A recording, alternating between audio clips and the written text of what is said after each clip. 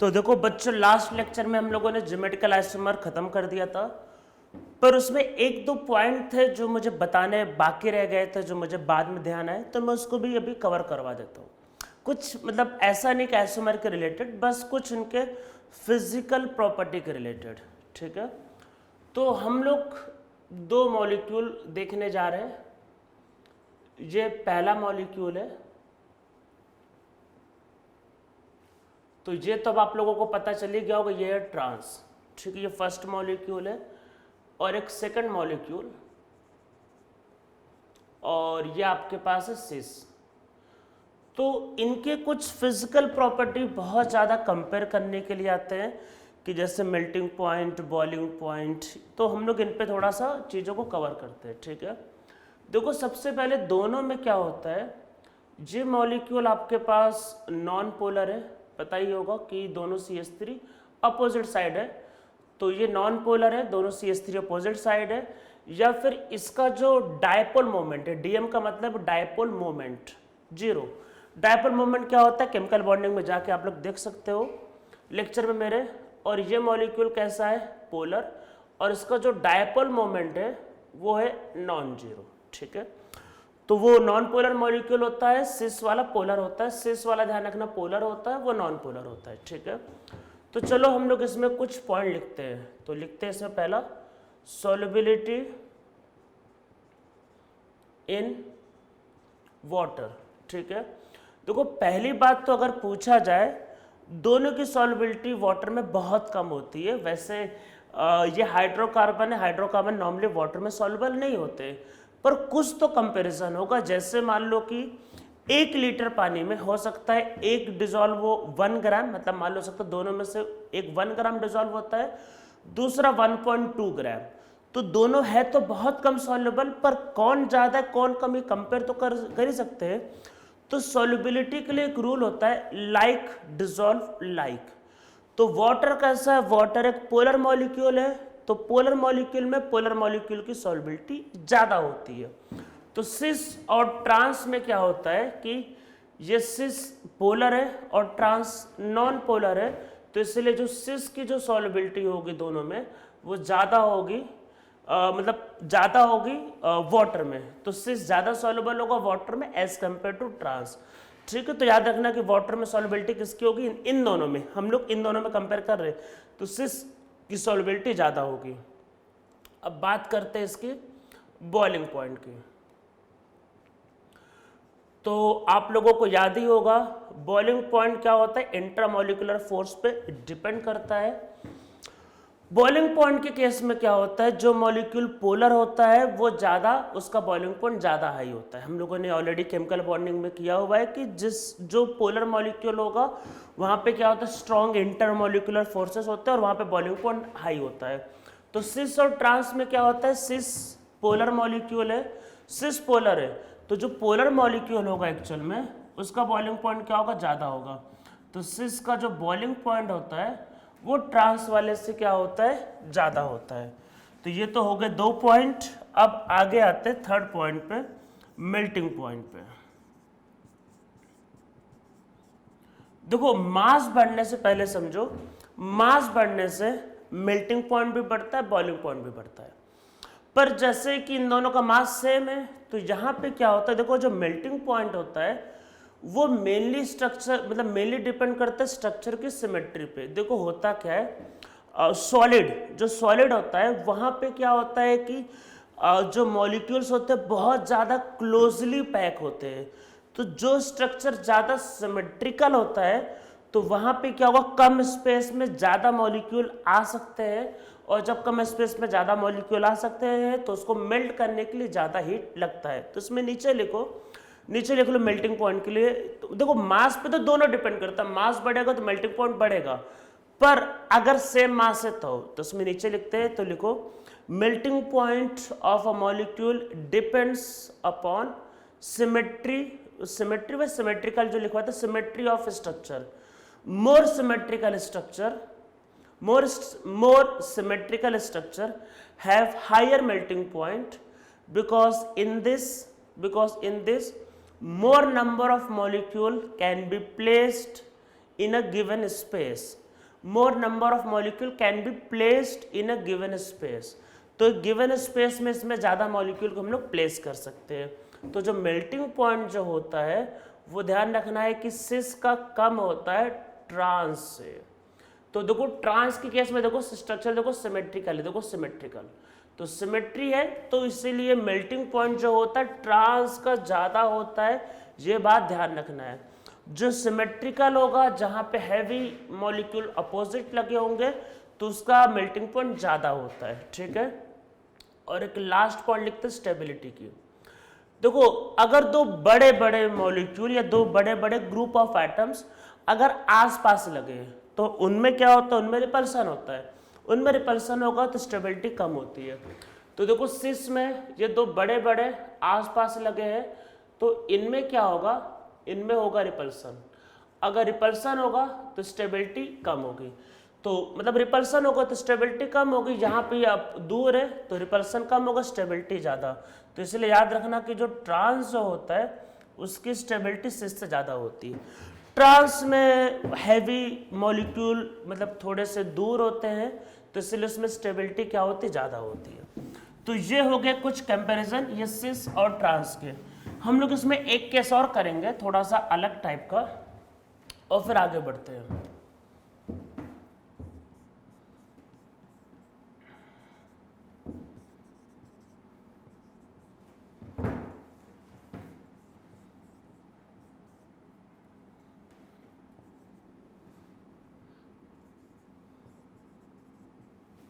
तो ये है हमारा ट्रांस और ये है सिस।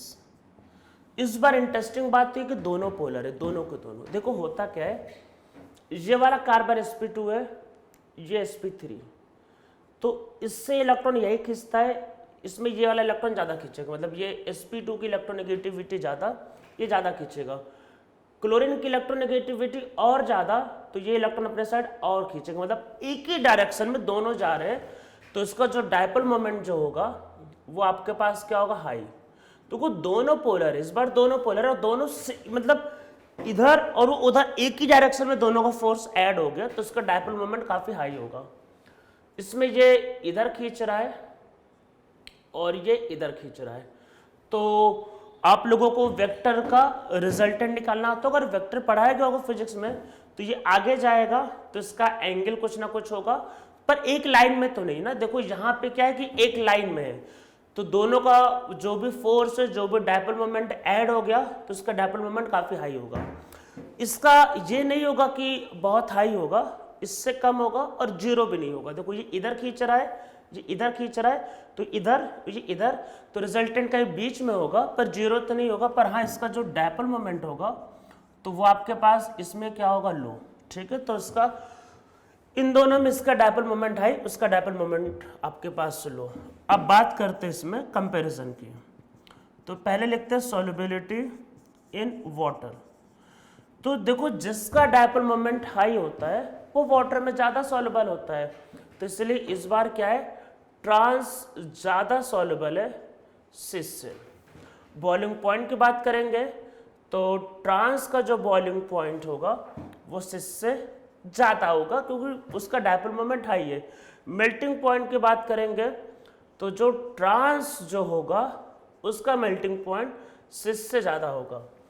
अरे सिमेट्रिकल देखो, हैवी हैवी ये अपोजिट है और हैवी सेम साइड है तो हैवी अपोजिट, तो मतलब मेल्टिंग पॉइंट भी उसका ज़्यादा, बॉइलिंग पॉइंट भी उसका ज़्यादा, सॉल्युबिलिटी भी उसकी ज़्यादा, और सबसे लास्ट में स्टेबिलिटी भी इस बार क्या होगी, ट्रांस की ज़्यादा होगी सिस से, ठीक है। तो दो अलग अलग केस किए, ये हमने कुछ अलग मॉलिक्यूल रखा जिनका डिफरेंट बिहेवियर है, तब ये होता है आंसर, और जब सेम बिहेवियर वाले लेते हैं तो उसका आंसर हमने पहले देख लिया है। तो ये कुछ प्रॉपर्टीज हो गए जो कई बार पूछे जाते हैं, स्पेशली आपके पास सीईटी जैसे एग्जाम में, नीट जैसे एग्जाम में, सीईटी मतलब जो स्टेट के एग्जाम होते हैं उसमें, नीट के एग्जाम में, बोर्ड एग्जाम में, तो ये सब चीज़ें काफ़ी ज़्यादा पूछी जाती है, ठीक है।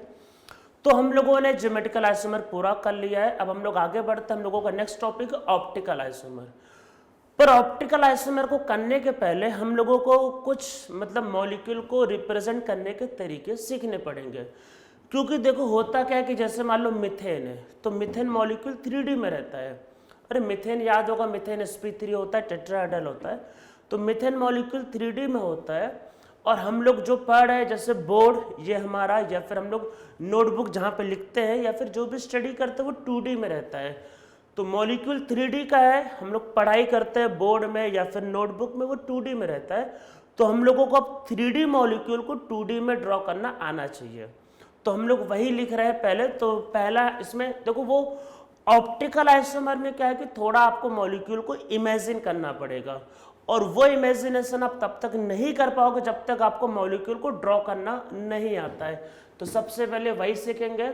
सबसे पहले लिखते हैं इसमें रिप्रेजेंटेशन ऑफ मॉलिक्यूल। तो सबसे पहले हम लोग मॉलिक्यूल को रिप्रेजेंट करना सीखते हैं। अगर आपको मॉलिक्यूल को रिप्रेजेंट करना नहीं आता है तो आप ऑप्टिकल आइसोमर कभी सीख ही नहीं सकते। तो पहले हम लोग मॉलिक्यूल को रिप्रेजेंट करना सीखते हैं कि मॉलिक्यूल को किस किस तरीके से रिप्रेजेंट किया जाता है, ठीक है। तो सबसे पहले आते हैं इसमें वेज डैश रिप्रेजेंटेशन।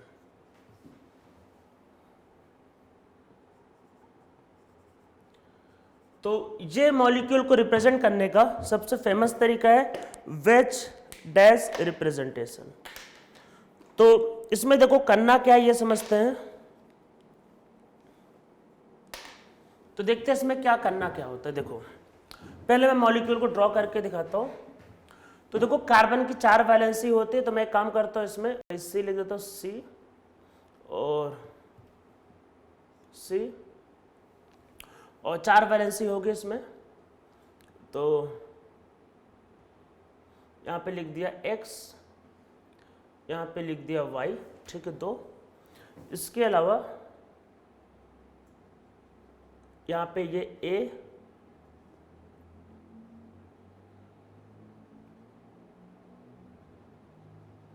और इसको लिखा है B, ठीक है। ये जो है यही है डैश, और ये है वेज। क्या है इसका मतलब, पहले मैं लिख देता हूं फिर मैं आपको एक्सप्लेन करता हूं, ठीक है। तो मॉलिक्यूल क्या है कि 3D में है, तो कार्बन ये X और Y उसी प्लेन में है, ये थोड़ा दूर ये थोड़ा ऊपर। तो क्या इसका मतलब समझते हैं।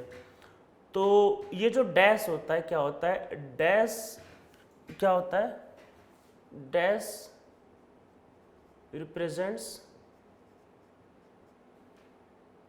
Away from viewer. अब आप बोलोगे वीवर, वीवर मतलब व्यू, देखने वाला, कौन देख रहा, आप लोग देख रहे हो, आप लोगों से दूर जा रहा है। मतलब डैश मतलब कि जो किताब पढ़ता है पढ़ने वाले से दूर, ठीक है। वीवर देखने वाले से दूर, represent away from the viewer, या फिर इसको बोलते हैं और बिलो द प्लेन, प्लेन से बिलो। कौन सा प्लेन के बिलो, अरे ये जो व्हाइट बोर्ड है इससे नीचे अंदर की तरफ घुस रहा है, तो ये है आपके पास डैश, ठीक है। इसमें वेज क्या बताता है, पहले मैं लिख देता हूं फिर इसका हम लोग इमेजिनेशन करेंगे। तो ये क्या होता है वेज, ये जो ऐसे दिखाना आपको डार्क लाइन ऐसे पूरा, ये पूरा डार्क, ठीक है। तो क्या होगा, wedge represents toward the viewer, या फिर ये होता है क्या, अबव द प्लेन, ये प्लेन के ऊपर वो प्लेन के नीचे, ठीक है। इसको चलो अब हम लोग थोड़ा सा इमेजिन करते हैं, ठीक है। थोड़ा सा इमेजिन भी करेंगे, थोड़ा सा देखेंगे। देखो होता क्या है, पहले जैसे कार्बन की वैलेंसी 4 होती थी, आप लोगों को याद ही होगा। टेट्राहेड्रल में क्या होता था, कार्बन की वैलेंसी 4 होती थी, ठीक है। थोड़ा सा इमेजिन करेंगे, तो कार्बन की वैलेंसी 4 होती थी, ठीक है। 1 2 3 4 ऐसे।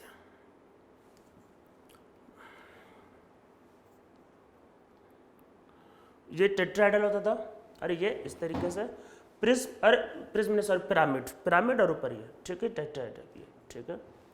अब देखो है कि ये मॉलिक्यूल ऐसे समझो, ये जो दिख रहा है ना आपको, ये मॉलिक्यूल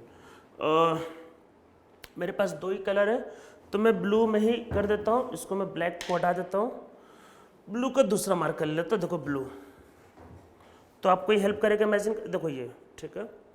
अब देखो है क्या, ये 2 ब्लू और 1 ब्लैक। देखो ये जो मॉलिक्यूल ये कुछ ऐसा, मतलब कि ये है x और ये है y, मतलब ये प्लेन है, मतलब समझ लो ये बोर्ड का प्लेन, मतलब ये मतलब बोर्ड का प्लेन, ठीक है। बोर्ड मतलब ये x और ये y एक ही प्लेन में है। तो x और y बताना चाह रहे हैं। देखो ये सेंटर पॉइंट तो कार्बन है, ठीक है, सेंटर पॉइंट कार्बन है, x और y एक प्लेन में, ठीक है। एक आगे की तरफ जा रहा है देखो, और एक पीछे की तरफ, यही है ना। देखो ये देखो 2 है, तो अब आप ऐसे समझ लो, ऐसे समझ लो, आप ऐसे समझो, ऐसे मान लो ये प्लेन, आप आराम से इमेजिन करो, मान लो ये प्लेन है, ठीक है। ये मान लो बोर्ड का प्लेन है, ठीक है। एक प्लेन के आगे जाएगा, एक प्लेन के पीछे जाएगा। ये बोर्ड का प्लेन है, ठीक है। एक प्लेन के आगे, एक प्लेन के ऊपर।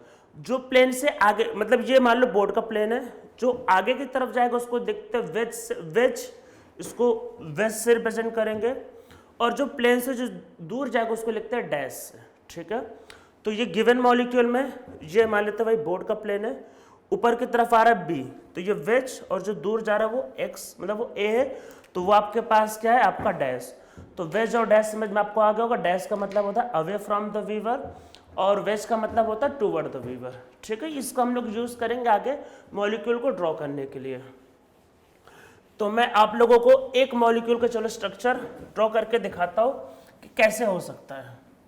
तो याद करो आप लोग एलिन, चलो एलिन को ड्रॉ करके दिखाते हैं। देखो एलिन में क्या होता है, तो 2 एटम तो ऊपर नीचे होते थे। तो मान लेते मैंने ऐसा लिखा H और CH3, 2 एटम तो ऊपर नीचे होते थे। और याद करो एलिन में 2 एटम ऊपर नीचे होता है और एक आगे एक पीछे, ये होता ना। देखो एलिन में क्या होता है, 2 एटम ऊपर नीचे और एक आगे एक पीछे। आगे पीछे को ऐसे कर सकते हैं, अब आप एक ऐसा कर दो, एक इधर कर दो CH3, नहीं इधर एक्चुअल में ऊपर वाले को वेस्ट से दिखाना पड़ेगा, तो एक ऐसे कर दो, बल्कि मैं यहाँ पे सब पे हाइड्रोजन लिख लेता हूँ, ये ठीक है। तो यहाँ पे हाइड्रोजन और ये हाइड्रोजन, ये एलिन को ड्रॉ करने का सबसे बेस्ट मेथड होता है, ठीक है। तो होता क्या है कि एलिन में 2 हाइड्रोजन प्लेन में होते थे, एक ऊपर एक नीचे, और एक हाइड्रोजन आगे एक पीछे। आगे वाले हाइड्रोजन को वेज से, पीछे वाले हाइड्रोजन को डैश से दिखाएंगे। तो वेज और डैश का डिफरेंस समझ में आ रहा है। वेज का मतलब होता है टूवर्ड द वीवर, ऊपर की तरफ, और डैश का मतलब अवे फ्रॉम द वीवर, ठीक है। तो ये मॉलिक्यूल को रिप्रेजेंट करने का पहला तरीका वेज डैश रिप्रेजेंटेशन। वैसे मॉलिक्यूल को ड्रॉ करने के बहुत से तरीके हैं। हम लोग इस चैप्टर में 4 मेथड सीखने वाले हैं। 4 में से 2 मेथड हम लोग अभी करेंगे और 2 मेथड बाद में करेंगे कन्फर्मेशनल आइसोमर में। तो 2 अभी करने वाले हैं जिसका यूज पड़ता है ऑप्टिकल आइसोमर में।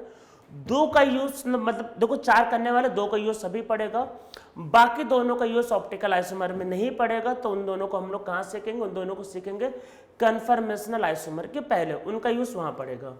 यहां पे देखो दूसरा रिप्रेजेंटेशन सीखते हैं, दैट इज फिशर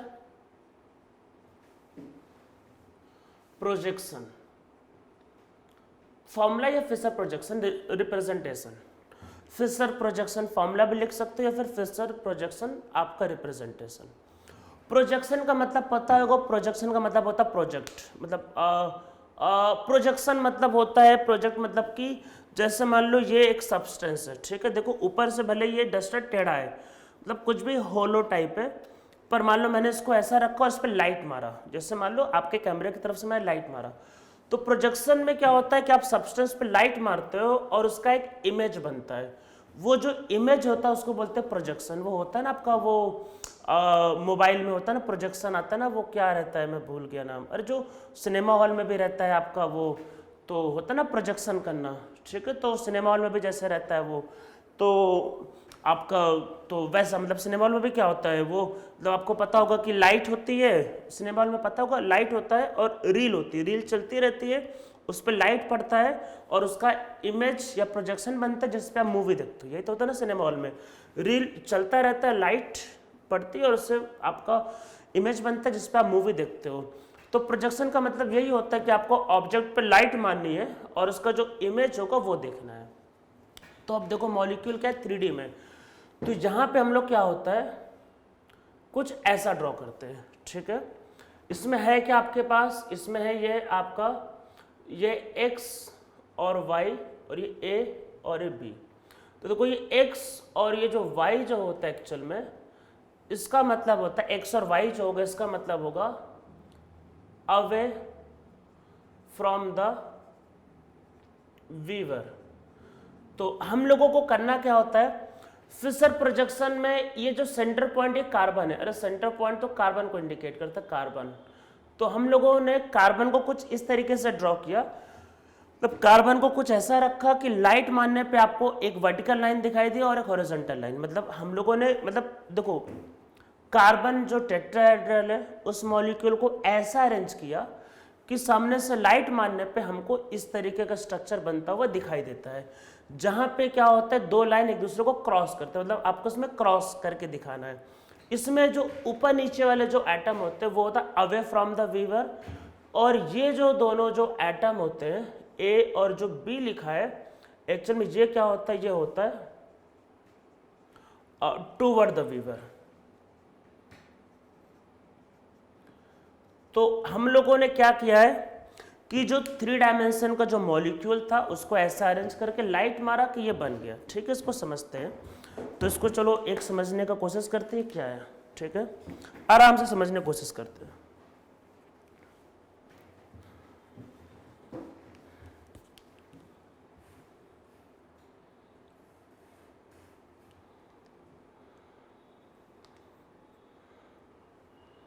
एक्चुअल में ये देख रहा था कि ब्लू और ब्लैक रखना कहाँ पे, देखो मान लो ये स्ट्रक्चर, ठीक है, यही टेट्राहेड्रल होता है, ठीक है। अब देखो है क्या कि ए और बी आपके पास क्या टूवर्ड है और एक्स और वाई अवे है, ठीक है। तो मान लेते हैं आपकी तरफ, तो हमको पहले बार इसको हॉरिजॉन्टल करना होगा। तो देखो सबसे पहले हमने इसको हॉरिजॉन्टल किया, मतलब इसको हम लोग कैसा करेंगे, इसको हम लोग ऐसा कर लेते हैं, ठीक है, ये कुछ इस तरीके से। इसमें इसको रुको कलर चेंज कर लेते हैं।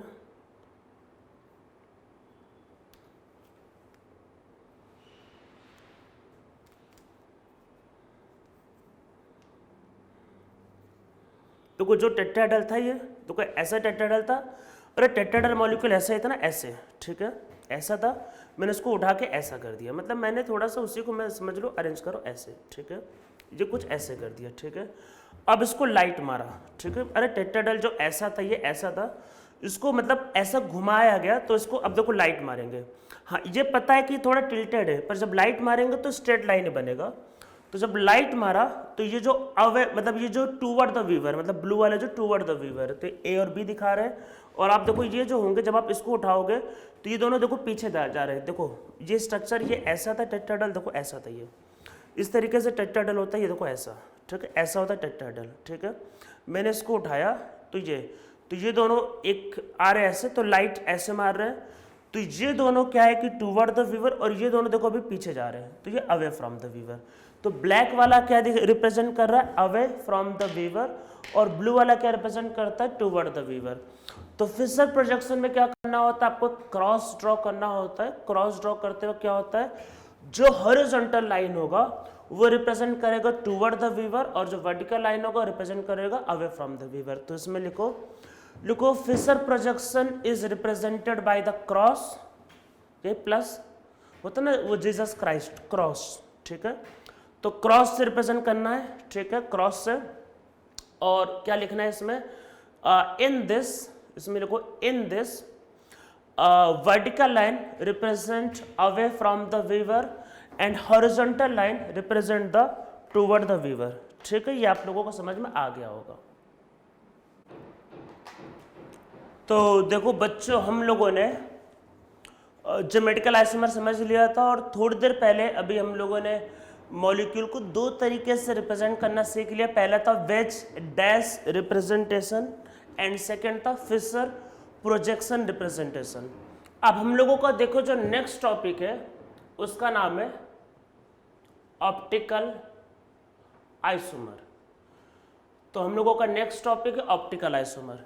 इसको आप लोग मतलब बहुत ध्यान से समझना, और एक्चुअल में पूरे आइसोमर पूरा जो आइसोमर जो चैप्टर है इसमें सबसे इंपॉर्टेंट टॉपिक है ऑप्टिकल आइसोमर। ये समझ लो इस पूरे चैप्टर की सबसे इम्पोर्टेंट टॉपिक या जान समझ लो, इसको हम बोल सकते हैं ना कि मतलब जिसका कि पूरे चैप्टर का जो जान है, जो हार्ट है, वो यही है, ऑप्टिकल आइसोमर। इसको ध्यान से समझना। शुरू में कुछ चीज़ें आपको अजीब सा लगेगा, पर धीरे धीरे चीज़ें क्लियर होते जाएंगी, क्योंकि इसको समझाने के कई तरीके हैं, तो आपको धीरे धीरे सारे पॉइंट क्लियर होते जाएंगे। पहली बार में हो सकता है आपको अजीब सा लगे। तो है क्या एक्चुअल में ऑप्टिकल आइसोमर के बारे में? तो क्या है क्या, तो हम लोगों ने क्या किया, एक मतलब पोलराइज लाइट लिया। मतलब पोलराइज लाइट क्या होता है, वो केमिस्ट्री का पार्ट नहीं, मतलब एक पोलराइज लाइट होता है, मैं भी थोड़ा सा समझा दूंगा वो। तो एक पोलराइज लाइट लिया और हम लोगों ने वाटर में एक सोल्यूशन बनाया, मतलब एक ऑर्गेनिक मतलब एक ऑर्गेनिक मॉलिक्यूल का सोल्यूशन बनाया, और हमने उस लाइट को उस सोल्यूशन से पास किया, पोलराइज लाइट को सोल्यूशन से पास किया। अगर वो लाइट जैसा था वैसा ही निकलता है तो इसका मतलब वो सॉल्यूशन ऑप्टिकली इनएक्टिव है। और अगर वो जो लाइट है वो रोटेट हो गया किसी भी तरीके से, लाइट मतलब राइट लेफ्ट कुछ भी रोटेट हो गया, तो वो कहलाता है ऑप्टिकली एक्टिव सॉल्यूशन। बाकी ये इसका देखो पहला डेफिनेशन, इसके और भी डेफिनेशंस आपको आगे आते रहेंगे। मतलब ऑप्टिकल एक्टिविटी को समझाने के कई तरीके, ये तो ओरिजिन है, मतलब ये समझ लो कि ये वो है जहाँ से टॉपिक का ओरिजिन हुआ। हम लोगों ने कुछ अजीब सी बातें देखी कि जब पोलराइज लाइट को किसी सोल्यूशन से भेजा तो उसका प्लेन रोटेट कर गया, तो हमने उस मॉलिक्यूल को बोल दिया ऑप्टिकली एक्टिव। फिर हमने उस पर स्टडी किया, उस पर कुछ कैरेक्टरिस्टिक्स निकाले, कुछ और भी चीज़ें निकाली, वो आगे करेंगे। पर पहले लिख लेते हैं कि इसमें है क्या ये, तो इसको ध्यान से देखते हैं। तो क्या लिखते हैं इसमें, लिखो रुको, इफ अ solution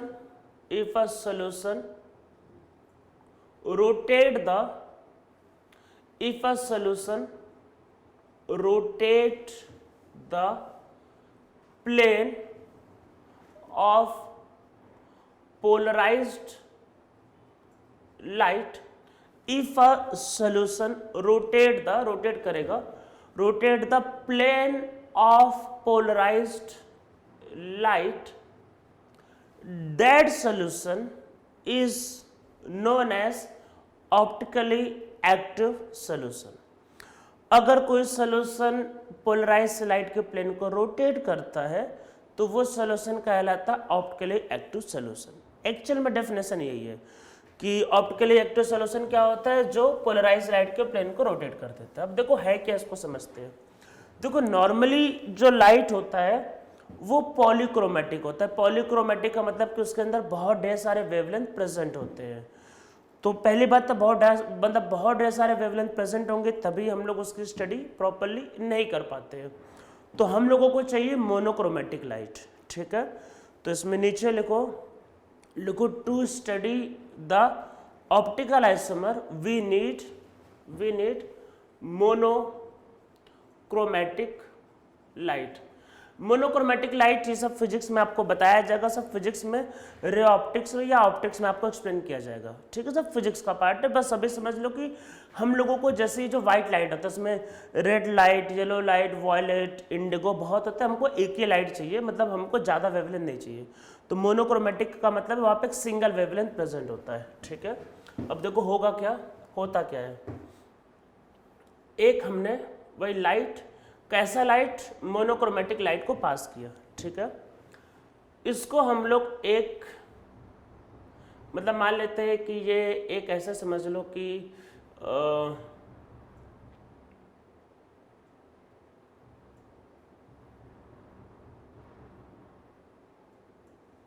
मान लो कुछ ऐसा है, ये आपके पास एक हमने एक मान लेते हैं कुछ प्रिज्म से पास किया।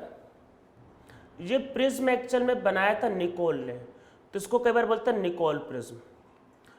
निकोल प्रिज्म क्या होता है कि वो जो लाइट जो आ रहा है उसके कई होते हैं प्लेन, मतलब वो काफ़ी ढेर सारे प्लेन होते हैं, तो वो सारे प्लेन को एक ही प्लेन में कन्वर्ट कर देता है, उसको बोलते हैं पोलराइज्ड लाइट। तो मतलब है कि एक्चुअल में ये आपके पास एक अनपोलराइज्ड लाइट था, और आप इसको जब निकोल प्रिज्म से जब पास करोगे तो यहाँ पे जो बाहर निकलेगा एक्चुअल में ये आपके पास एक पोलराइज्ड लाइट है। तो निकोल प्रिज्म क्या करता है, एक अनपोलराइज्ड लाइट को पोलराइज्ड लाइट में कन्वर्ट कर देता है। मतलब यहाँ पे क्या होगा, अब सारे के सारे जो मतलब वेव होंगे वो एक ही प्लेन में होंगे। ठीक है, ये ऐसा समझ लो बस। तो कुछ ज़्यादा हम लोग फिजिक्स में नहीं इन्वॉल्व हो रहे हैं। ठीक है कि सर निकोल प्रिज्म क्या होता है, कैसे कन्वर्ट, कह रहे भाई ये हमारा काम नहीं है। हमारा काम सिर्फ ये है, अगर मॉलिक्यूल ने उसको प्लेन मतलब उसके प्लेन को घुमा दिया तो ऑप्टिकली एक्टिव है, नहीं घुमाएगा तो इनएक्टिव। बस हम लोगों का फोकस ऑप्टिकल आइसोमर में, हम लोगों का फोकस इसमें नहीं है कि पोलराइज लाइट क्या है, अनपोलराइज लाइट क्या है। ठीक है, वहां पे वैरायटीज ऑफ क्या होते हैं, डायरेक्शंस होते हैं। उसने सबको, निकोल प्रिज्म ने क्या किया, सबको एक ही डायरेक्शन में लेके आ गया। ठीक है ये। अब देखो, जब आप इस पोलराइज लाइट को एक मान लो कि आपके पास एक सोल्यूशन है और आपने इससे पास किया, मान लो आपने इसको पास किया, तो जैसे आप इसको पास करोगे तो मान लेते हैं कि ये जो लाइट जो निकल रहा है, ठीक है, लाइट का डायरेक्शन है, तो ये पूरा रोटेट कर गया। मतलब पहले ये ऐसे थे, अभी ऐसे रोटेट करके किसी एंगल थीटा पे, अरे कुछ भी राइट लेफ्ट कुछ भी रोटेट कर गया। अगर उसका प्लेन रोटेट कर गया, मतलब इसका प्लेन पोलराइज लाइट का प्लेन, पहले ये प्लेन था अभी रोटेट कर, तो ये सोल्यूशन ऑप्टिकली एक्टिव है। नहीं करेगा तो ऑप्टिकली एक्टिव नहीं है। ठीक है, ये इसका पहला डेफिनेशन है। समझ में आ रहा है? तो solution which rotate the plane of a polarised light, that solution is optically active solution. नहीं करेगा तो ऑप्टिकली एक्टिव नहीं कहलाएगा। बस तो ये इसको समझने का पहला डेफिनेशन है। ठीक है, और भी बातें करेंगे, मतलब बहुत बड़ा टॉपिक है, और भी बातें आगे समझेंगे करेंगे। ये ओरिजिन ऑफ टॉपिक था कि यहाँ से भाई आपका टॉपिक स्टार्ट होता है कि कैसे ऑप्टिकल आइसोमर हम लोगों ने स्टार्ट किया स्टडी करना, कि किसी मॉलिक्यूल ने मतलब लाइट के प्लेन को घुमा दिया तो हमने उसको बोला ऑप्टिकली एक्टिव है। ठीक है, अब हम लोग आगे कुछ समझने के पहले दो टर्म समझ रहे हैं। ठीक है, दो टर्म को समझते हैं। One is centre of symmetry,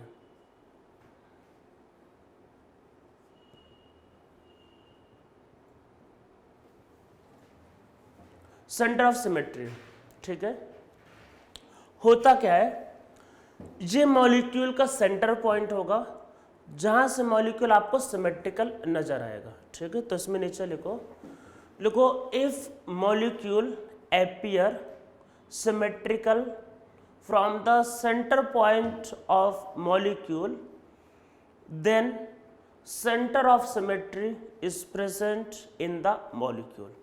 भाई मॉलिक्यूल आपको सेंटर से सिमेट्रिकल, भाई molecule appear symmetrical from the centre point of the molecule, then centre of symmetry is present. कैसे पहचानेंगे? आप क्या करोगे, मॉलिक्यूल के सेंटर पॉइंट से दो अपोजिट डायरेक्शन में जाओगे। मतलब मॉलिक्यूल का जो सेंटर पॉइंट होगा उससे दो अपोजिट डायरेक्शन में जाओगे। अगर आपको दोनों अपोजिट डायरेक्शन में सेम एटम या फिर ग्रुप ऑफ एटम मिलते हैं तो इसका मतलब कि उस मॉलिक्यूल में सेंटर ऑफ सिमेट्री प्रेजेंट है। ठीक है, इसमें नीचे लिखो to find the centre of symmetry in a molecule we go in opposite direction from the center point of molecule. If we find same types of atom or groups of atom in the opposite direction, then then we can say that center of symmetry is present in the molecule. इसमें next line से लिखो in every direction from the center point we must get same type of atom or group of atom. From every direction का मतलब ये कि नहीं आपने एक ही साइड से चेक करके बता दिया कि ये, आपको ऊपर और नीचे जाके भी चेक करना है, राइट और लेफ्ट। मतलब आप सेंटर पॉइंट से हर डायरेक्शन में जाओगे और आपको अगर हर डायरेक्शन में सेम टाइप ऑफ एटम मिले, मतलब कि जैसे मान लो इधर अगर CH3 तो इधर भी CH3, इधर अगर हाइड्रोजन है तो इधर भी हाइड्रोजन, मतलब सेंटर पॉइंट से आपको हर डायरेक्शन को चेक करना है। और ऊपर और नीचे या फिर राइट या लेफ्ट, अगर आपको हर साइड एक ही जैसे एटम मिले, मतलब जो राइट में मिला वही लेफ्ट में मिला, तो बोला जाएगा सेंटर ऑफ सिमेट्री प्रेजेंट है उसमें। ठीक है, तो जैसे समझ लेते हैं आपके पास, जैसे मान लो कि आपके पास एक साइक्लोप्रोपेन, आराम से समझते हैं इसको। इस मॉलिक्यूल का ये सेंटर पॉइंट है, देखो आराम से देखो, सेंटर पॉइंट है। इसके ऊपर गए तो क्या मिलता है, CH2, पर नीचे आए तो कुछ नहीं मिल रहा। अरे जैसे ऊपर जाना है वैसे ही नीचे, मतलब आपको क्या करना है, मॉलिक्यूल के सेंटर पॉइंट से अपोजिट डायरेक्शन में जाना है। और अगर आपको सेम एटम या ग्रुप ऑफ एटम मिलते हैं तो मतलब कि वहां पे सेंटर ऑफ सिमेट्री प्रेजेंट है। तो ऊपर जाने पे मिल रहा है पर नीचे जाने पे नहीं मिला, मतलब यहाँ सेंटर ऑफ सिमेट्री नहीं है। ठीक है, अब एक देखते हैं हम लोग साइक्लोब्यूटेन को। ये सेंटर पॉइंट है, इसके इधर गए तो CH2 मिलता है, इधर गए तो CH2 मिलता है, सेम मिल रहा है।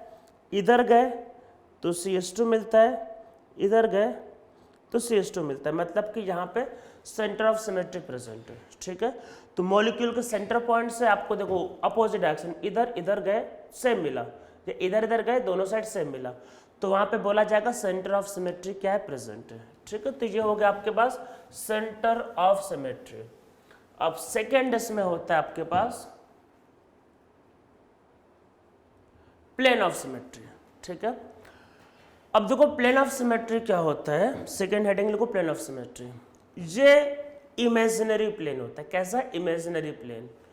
ये मॉलिक्यूल को दो इक्वल पार्ट में डिवाइड करेगा। ठीक है, अगर आपको मतलब बड़ा सा मॉलिक्यूल है, ये मॉलिक्यूल को बीचों बीच से दो इक्वल पार्ट में डिवाइड करेगा।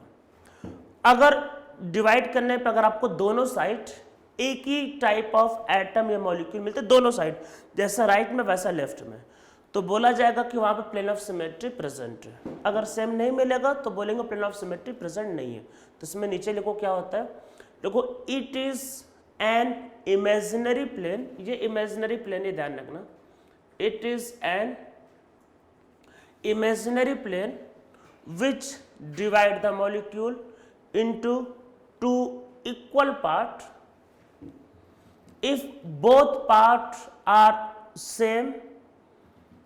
In that case plane of symmetry is present in the molecule. If both parts are same, in that case plane of symmetry is present in the molecule.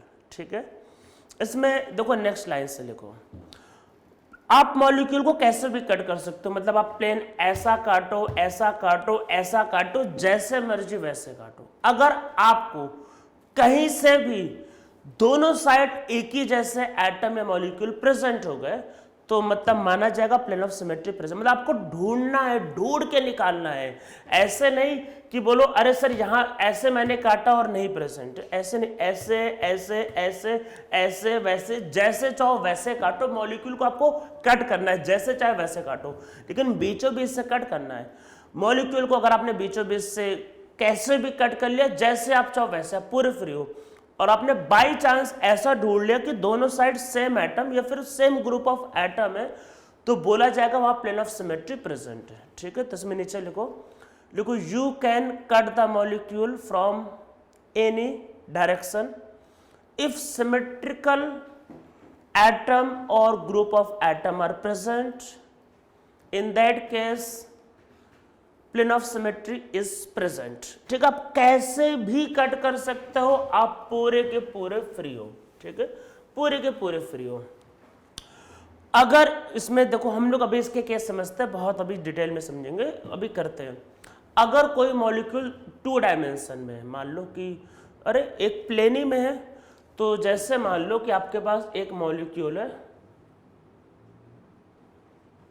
ये, इसमें देखो plane of symmetry देखने का तरीका तो पहला तो यही कह दो सर 20 से काट दो। ठीक है, पर एक बात समझो, अगर कोई मॉलिक्यूल एक प्लेन में है तो मैंने अगर इसको प्लेन में ही काट दिया, देखो तो सारे एटम एक प्लेन में आ गए। अरे मान लो जैसे मान लो कि मान लो एक पेपर है, मान लो पेपर मैंने पेपर के प्लेन से कट कर दिया तो ना उसके इधर कुछ होगा ना उधर कुछ होगा, तो मतलब वो जब इधर उधर कुछ है ही नहीं तो मतलब वहाँ प्लेन ऑफ सिमेट्री प्रेजेंट है।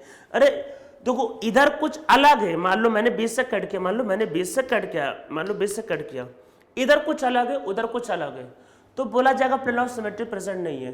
पर मान लो अगर कोई मान लो प्लेनर है, मान लो डस्टर ऐसा प्लेनर है, तो अगर इसको कट किया इधर उधर कुछ है ही नहीं तो मतलब वहाँ प्लेन ऑफ सिमेट्री प्रेजेंट है। तो इसका मतलब कि अगर कोई 2 डायमेंशन में मॉलिक्यूल है तो इसको मॉलिक्यूल के प्लेन से आप कट कर सकते हो, तो वो हमेशा क्या होगा, वहाँ हमेशा प्लेन ऑफ सिमेट्री प्रेजेंट है। तो मतलब प्लेन ऑफ सिमेट्री 2 डायमेंशन के केस में तो हमेशा प्रेजेंट होगा, ये कहाँ प्रेजेंट नहीं हो सकता, 3 डायमेंशन में। तो वो आगे करेंगे, अभी पहले नीचे लिख लो, नीचे लिखो इन केस ऑफ 1D मतलब straight line, in case of 1D and 2D molecule plane of symmetry is always present. In this we can cut the molecule from the plane of molecule. तो यहाँ plane of symmetry हमेशा present होती है, इसमें कोई doubt ही नहीं, ठीक है। एक पॉइंट लिखते हैं और इसके बारे में आगे नेक्स्ट लेक्चर में समझेंगे। ये एक पॉइंट लिखना बहुत ज़्यादा जरूरी है, क्योंकि आपने सोचा होगा सर बता तो रहे तो अब ऑप्टिकल आइसोमर कहाँ से आ गया plane of symmetry centre of symmetry. तो हमने एक बहुत इंटरेस्टिंग बात देखी, क्या अगर किसी मॉलिक्यूल में प्लेन ऑफ सिमेट्री और सेंटर ऑफ सिमेट्री दोनों एब्सेंट होता है तो वो मॉलिक्यूल हमेशा ऑप्टिकली एक्टिव होता है। ये देखा गया, ये बहुत इंटरेस्टिंग बात। और भी चीज़ें आगे के लेक्चर में समझेंगे, बड़ा टॉपिक आगे आता रहेगा ये। तो पहले एक पॉइंट लिखते हैं, लिखो if both plane of symmetry and centre of symmetry are absent in a molecule that molecule is always optically active. समझ में आ रहा है? अगर किसी मॉलिक्यूल में दोनों एब्सेंट, दोनों नहीं है, if plane of symmetry and center of symmetry both are absent in a molecule then that molecule is always optically active। तो हमने ये बहुत इंटरेस्टिंग बात ऑब्जर्व की। तो हम लोग एक सीरीज ऑफ मॉलिक्यूल लिखते हैं इस बातों को समझने के लिए। तो आप लोगों को एक टेबल फॉर्म करना है, इसमें लिखना है मॉलिक्यूल, फिर वहाँ चेक करेंगे प्लेन ऑफ सिमेट्री है कि नहीं है, और वहाँ चेक करेंगे सेंटर ऑफ सिमेट्री है कि नहीं है। और अगर दोनों एब्सेंट होंगे तो मॉलिक्यूल कैसा होगा, मॉलिक्यूल होगा ऑप्टिकली एक्टिव। चलो एक सिंपल से स्टार्ट करते हैं। तो जैसे ये, अरे ये तो प्लेन में कट कर दो तो यहाँ पे प्लेन ऑफ सिमेट्री तो है, और देखो सेंटर पॉइंट से इधर उधर देखो सेम है, तो यहाँ पे सेंटर ऑफ सिमेट्री भी है।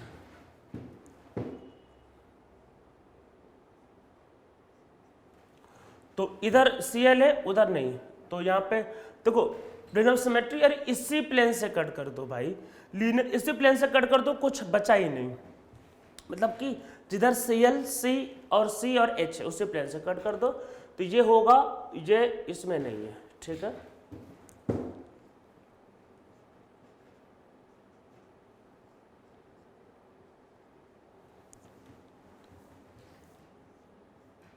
ठीक है, समझ में आ रहा होगा। तो ऐसे हम लोग ढेर सारे करते जाएंगे। तो आप लोग ने टेबल बना ही लिया होगा। तो पहला वाला होगा प्लेन ऑफ सिमेट्री, दूसरा वाला होगा सेंटर ऑफ सिमेट्री, ठीक है।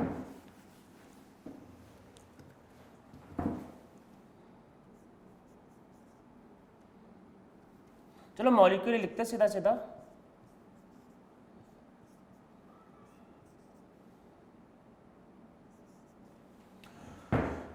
देखो इस मॉलिक्यूल के प्लेन से कट करोगे प्लेन ऑफ सिमेट्री हमेशा होगा।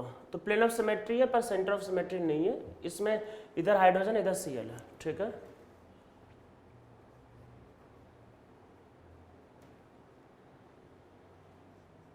तो देखो ये क्या है, इसमें सेंटर ऑफ सिमेट्री है। देखो ये जो सेंटर, देखो ये सेंटर पॉइंट, इसको देखो ध्यान से, देखो मैंने क्या बताया, सेंटर पॉइंट से इधर गए हाइड्रोजन, इधर आए हाइड्रोजन, सेम मिला, इधर आए क्लोरीन और इसके अपोजिट साइड गए क्लोरीन। मतलब कि सेंटर पॉइंट से अपोजिट साइड जाने पे सेम एटम, इधर इधर सेम, इधर इधर भी सेम। तो यहाँ पे मतलब कि प्लेन ऑफ सिमेट्री वो तो है ही, एक प्लेन में कट करो, और सेंटर ऑफ सिमेट्री भी है, ठीक है। तो 2 डायमेंशन के मॉलिक्यूल में तो प्लेन ऑफ सिमेट्री हमेशा प्रेजेंट होगा, ये मैंने आप लोगों को बता रखा है, ठीक है। तो हम लोग अब चलो कुछ कॉम्प्लिकेटेड मॉलिक्यूल में आते हैं, अब 3D में आते हैं।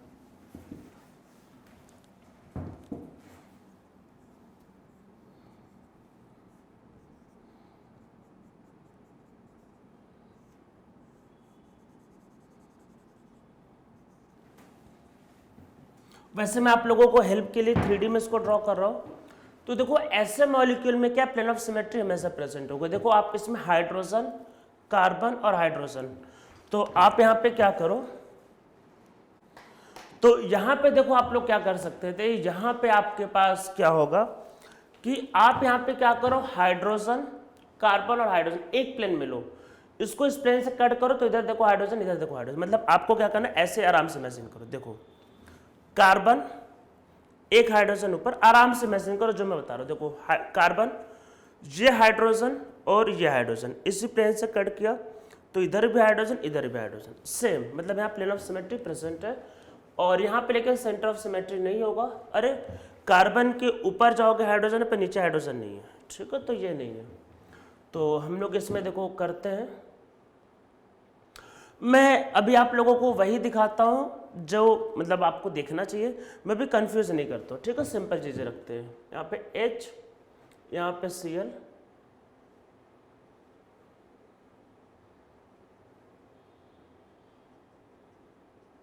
यहाँ पे H और यहाँ पे H। तो इसमें क्या करो, यहाँ पे कार्बन, हाइड्रोजन और क्लोरीन एक प्लेन में ले लो। मतलब ये तो प्लेन में आ गया, मतलब ये जो क्लोरीन वो तो प्लेन में ही आ गया। तो कट मतलब कार्बन, हाइड्रोजन, क्लोरीन एक प्लेन में ले लिया, इधर भी हाइड्रोजन, इधर भी हाइड्रोजन, ठीक है।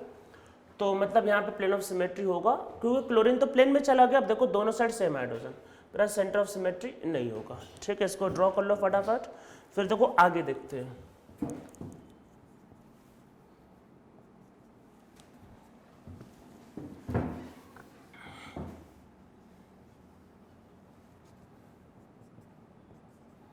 तो देखो ये दो को देखते हैं, ठीक है।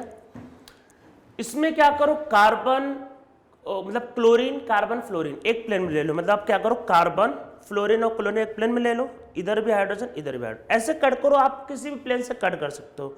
इसमें इधर भी हाइड्रोजन, इधर भी हाइड्रोजन, तो यहाँ पे मतलब कि दोनों साइड हाइड्रोजन, क्या प्लेन ऑफ सिमेट्री फिर से, पर यहाँ नहीं। यहाँ पे देखो जब कार्बन की चारों वैलेंसी अलग अलग है, तो यहाँ पे दोनों एब्सेंट है। तो मतलब कि जब कार्बन की दोनों मतलब चारों वैलेंसी जब अलग अलग है, तो ये मॉलिक्यूल आपका ऑप्टिकली एक्टिव होता है। इसके बारे में डिटेल में नेक्स्ट लेक्चर में समझेंगे। तो बस मैं बताना चाह रहा हूँ, जब कार्बन की चारों वैलेंसी अलग अलग है, तो यहाँ पे प्लेन ऑफ सिमेट्री और सेंटर ऑफ सिमेट्री एब्सेंट है। तो इसलिए ये आपका कैसा मॉलिक्यूल है, ये आपका ऑप्टिकली एक्टिव मॉलिक्यूल है, ठीक है। तो जब कार्बन की चारों वैलेंसी अलग अलग है, तब वो जाके ऑप्टिकली एक्टिव होता है। और भी चीजें होती है। देखो एक बात ध्यान रखना कि लेक्चर में कुछ भी अपने से जनरलाइज मत करना, ठीक है। मैंने अभी तक आपको क्या बताया, जिस मॉलिक्यूल में प्लेन ऑफ सिमेट्री और सेंटर ऑफ सिमेट्री एब्सेंट होगी, तो वो ऑप्टिकली एक्टिव होता है। हमने अभी एक देखा केस जहां पे चारों वैलेंसी अलग अलग थी, तो दोनों चीजें एब्सेंट थी, ऑप्टिकली एक्टिव हो गया। बस इतना ही समझना है। जब दोनों चीजें एब्सेंट है, तो मॉलिक्यूल ऑप्टिकली एक्टिव होता है। चलो कुछ और समझते हैं।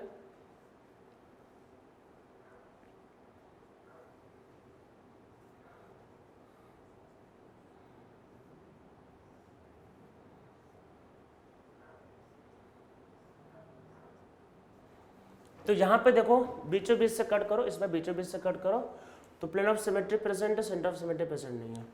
इसमें कहीं से नहीं, आप इसमें भी कट देखो, अगर आप बीचों बीच से कट करोगे, पहली बात समझो, इसमें इधर क्लोरीन है, इधर हाइड्रोजन है, अलग अलग है, तो यहाँ पे दोनों एब्सेंट है।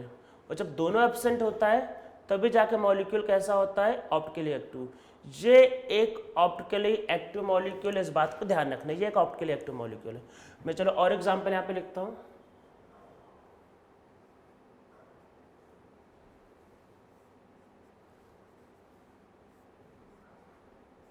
ठीक है, इसको ध्यान से देखना सब लोग। देखो मैं काम करता हूं कि ये मतलब इसमें क्या करता हूं, मैं काम करता हूं कि क्लोरीन, ये हाइड्रोजन को लेके इसको बीचों बीच से ऐसे कट कर देता हूं, ठीक है। मैंने जब ऐसे कट किया, मतलब मैंने ऐसे कट किया, तो मैंने क्या किया, आपको इमेजिन करना, प्लेन ढूंढना। अगर आपने प्लेन ढूंढ लिया तो ऑप्टिकली इनएक्टिव। मैंने ऐसे कट किया, तो क्लोरीन, हाइड्रोजन और कार्बन एक प्लेन में, मतलब ऐसे कट किया, तो देखो यहाँ पे हाइड्रोजन ऊपर, Cl नीचे, मतलब यहाँ पे प्लेन ऑफ सिमेट्री हो सकता है, पर सेंटर ऑफ सिमेट्री नहीं है। और अगर एक भी सिमेट्री प्रेजेंट हो गए, तो मॉलिक्यूल कैसा, ये है ऑप्टिकली इनएक्टिव। तो ये मॉलिक्यूल भी आपका ऑप्टिकली इनएक्टिव है।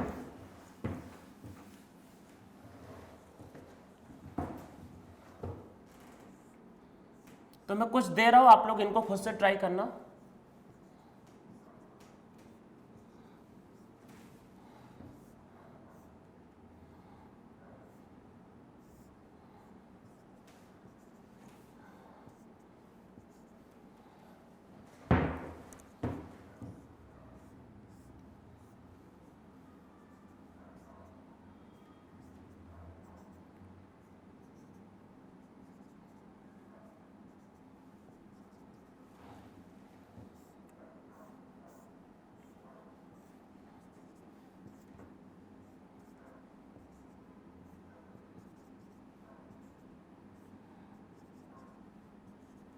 ठीक है, इनको देखो कुछ मॉलिक्यूल को स्टडी करते हैं। देखो ये पॉइंट से आप ऐसे कट कर दो या ऐसे कट कर दो, प्लेन ऑफ सिमेट्री होगा, पर यहाँ सेंटर ऑफ सिमेट्री नहीं है। ठीक है, पर इसमें देखो ये पॉइंट से देखो, ऊपर जाने पे भी Cl, नीचे आने पे भी Cl, इधर भी हाइड्रोजन, इधर भी हाइड्रोजन, तो यहाँ plane of symmetry centre of symmetry दोनों, ये प्लेन से कट करोगे तो आ जाएगा। ठीक है, देखो ये मॉलिक्यूल देखते हैं यहाँ पे। ठीक है, यहाँ पे एक काम करते हैं, इसको मैं ऐसे कट करता हूँ, कैसे, ऐसे इन दोनों को रख के, तो ऐसे कट करते हो, देखो ऐसे कट किया, तो ऐसे कट करने पे क्या होगा, ब्रोमीन H, मतलब ब्रोमीन ऊपर H नीचे, ब्रोमीन ऊपर H नीचे, तो देखो ये दोनों सेम है। तो ऐसे कट कर दिया है तो देखो इधर और इधर देखो सेम मिल रहा है, मतलब यहाँ पे प्लेन ऑफ सिमेट्री है, सेंटर ऑफ सिमेट्री यहाँ पे नहीं है। ठीक है, ये केस बहुत ही अच्छा केस है। होता क्या है कि कई बार बुक वाले क्या होता है, ऐसे दे देते हैं कि मतलब वो बस बोलते हैं बुक में ऐसा दिया रहता है, ये मिस्टेक कई जगहों पे मैंने देखा हुआ है, वो बोल देते हैं कि बस प्लेन ऑफ सिमेट्री जोड़ो, अगर प्लेन ऑफ सिमेट्री एब्सेंट है तो मॉलिक्यूल ऑप्टिकली एक्टिव होता है। वो सेंटर ऑफ सिमेट्री के बारे में बात ही नहीं करते हैं। पर मतलब ये चीज़ें सही है, नो डाउट 90% जगहों पे आप इससे आंसर निकाल लोगे, इसमें कोई दिक्कत नहीं। नॉर्मली क्या होता है कि प्लेन ऑफ सिमेट्री अगर एब्सेंट है तो मॉलिक्यूल ऑप्टिकली एक्टिव होता है। मतलब नॉर्मली क्या होता है, प्लेन ऑफ सिमेट्री एब्सेंट है तो मॉलिक्यूल ऑप्टिकली एक्टिव होता है, सेंटर ऑफ सिमेट्री की जरूरत नहीं पड़ती है। पर कई बार ऐसा भी हो जाता है 10% केसेस में कि मॉलिक्यूल में प्लेन ऑफ सिमेट्री एब्सेंट होता है पर वहाँ पे सेंटर ऑफ सिमेट्री प्रेजेंट होता है, इस वजह से ऑप्टिकली इनएक्टिव होता है। मैं रिपीट करता हूँ, देखो मैंने क्या बताया और क्या दिया रहता है। मैंने क्या बोला, अगर किसी मॉलिक्यूल में प्लेन ऑफ सिमेट्री और सेंटर ऑफ सिमेट्री एब्सेंट है तो मॉलिक्यूल कैसा होता है, ऑप्टिकली एक्टिव। ठीक है, कुछ बुक में दिया रहता है कि प्लेन ऑफ सिमेट्री बस सर्च करो, अगर वो एब्सेंट है तो मॉलिक्यूल ऑप्टिकली एक्टिव, पर ऐसा नहीं होता। कई बार मॉलिक्यूल में प्लेन ऑफ सिमेट्री तो एब्सेंट होगा पर सेंटर ऑफ सिमेट्री प्रेजेंट होगा, सेंटर ऑफ सिमेट्री भी प्रेजेंट होगा तो मॉलिक्यूल ऑप्टिकली इनएक्टिव हो जाएगा। जैसे ये वाला केस देखो, यहाँ पे प्लेन ऑफ सिमेट्री कहीं से भी नहीं, ये नहीं, ये तो दोनों में सेम कर दिया था। ये केस एक्चुअली में वो दोनों तो मैंने सेम ड्रॉ कर दी, ये वाला केस। ठीक है, इसमें कहीं से भी देखो प्लेन ऑफ सिमेट्री नहीं है। आप ऐसे कट करोगे तो ब्रोमीन ऊपर या ब्रोमीन नीचे, और अगर आप ऐसे कट करोगे तो यहाँ पे क्लोरीन ऊपर क्लोरीन नीचे। ठीक है, तो यहाँ पे प्लेन ऑफ सिमेट्री क्या है, एब्सेंट। ठीक है, पर फिर भी ये मॉलिक्यूल ऑप्टिकली इनएक्टिव है, तो मतलब बुक्स में, मतलब बहुत से बुक में गलत दिया रहता है, बस बोलते प्लेन ऑफ सिमेट्री ढूंढते जाओ। भाई सेंटर ऑफ सिमेट्री के बारे में कौन बताएगा, वो बताते ही नहीं है।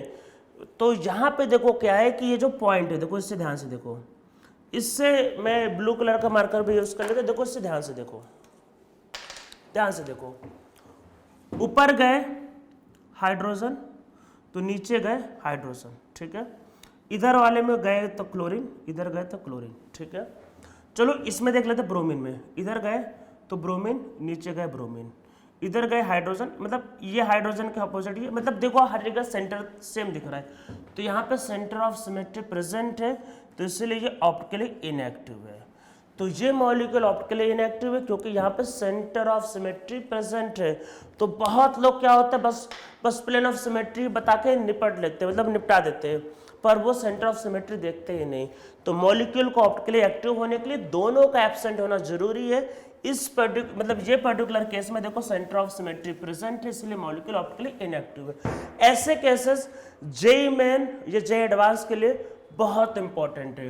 तो जहां पे सेंटर ऑफ सिमेट्री दे दिया जाता है और प्लेन ऑफ सिमेट्री एब्सेंट होता है, लोग प्लेन ऑफ सिमेट्री से आंसर निकाल लेते हैं, पर यहाँ पे सेंटर ऑफ सिमेट्री वो देखते ही नहीं। ठीक है, तो चलो कुछ 2-4 केसेस और कर लेते हैं।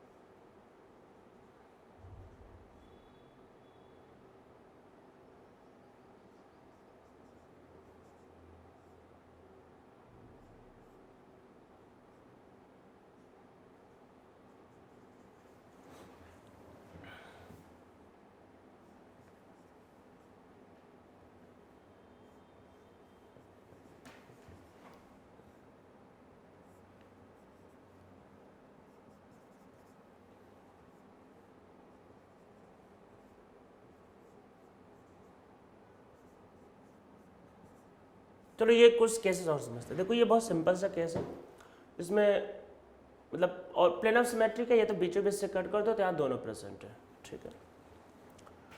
चलो इसको देखते हैं, ये वाला केस देखते हैं।